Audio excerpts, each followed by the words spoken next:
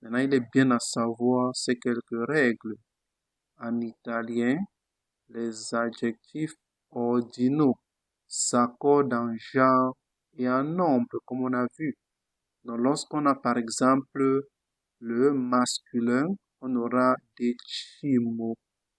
Lorsqu'on a dans le féminin, ça va être decima. Le masculin, ça se termine avec O. Le féminin, ça se termine avec A.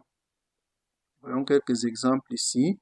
Par exemple, primo ragazzo. On a dit que ceci se prononçait ça.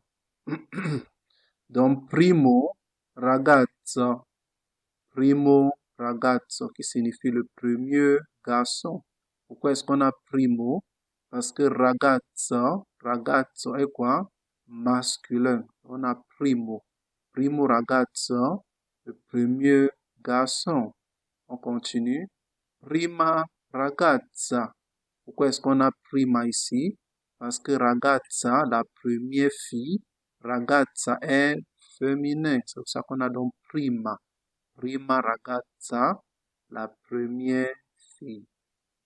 Également, ici, on a donc secondi posti. Pourquoi est-ce que le O s'est transformé en I, est devenu pluriel? Également, posto est devenu posti, parce qu'on a ici la deuxième place. Et on sait que place est masculin. Maintenant, on a seconde occasioni. Seconde occasioni. Pourquoi on a seconde? Parce que occasioni est féminin.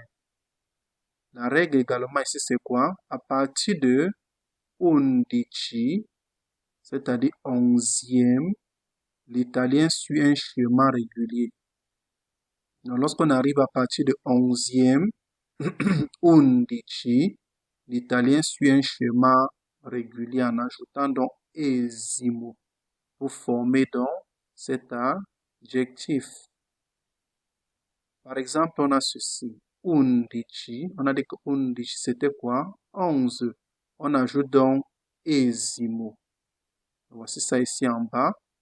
Pour avoir donc 11e, undici, 11, on ajoute donc esimo. Donc ça devient undicesimo. Puisqu'on a I et E, on peut avoir deux voyelles. On annule donc le I ici et on ajuste le esimo. Ça devient donc undicesimo qui est donc 11e. Même règle avec 12. On a dodici qui est 12, on ajoute donc esimo pour former donc 12e. Donc dodici plus esimo. Puisqu'on aura donc I et E, deux voyelles, on annule dans le I, on maintient juste le esimo qu'on ajoute, ça devient donc dodicesimo, qui est donc 12e. Voilà la règle pour former donc le numéral. Voyons quelques exemples supplémentaires dans les deux langues. Exemple, c'est ma première voiture. On aura en italien, è la mia prima macchina. Ici, on tire parce qu'on a deux C. C'est ma première voiture. È la mia prima macchina. È la mia prima macchina. On continue. Il habite au 3e étage. Abita al terzo piano. Il habite au 3e étage. Abita al terzo piano. Suivant. Nous avons gagné la 2e place. Abbiamo vinto il secondo posto.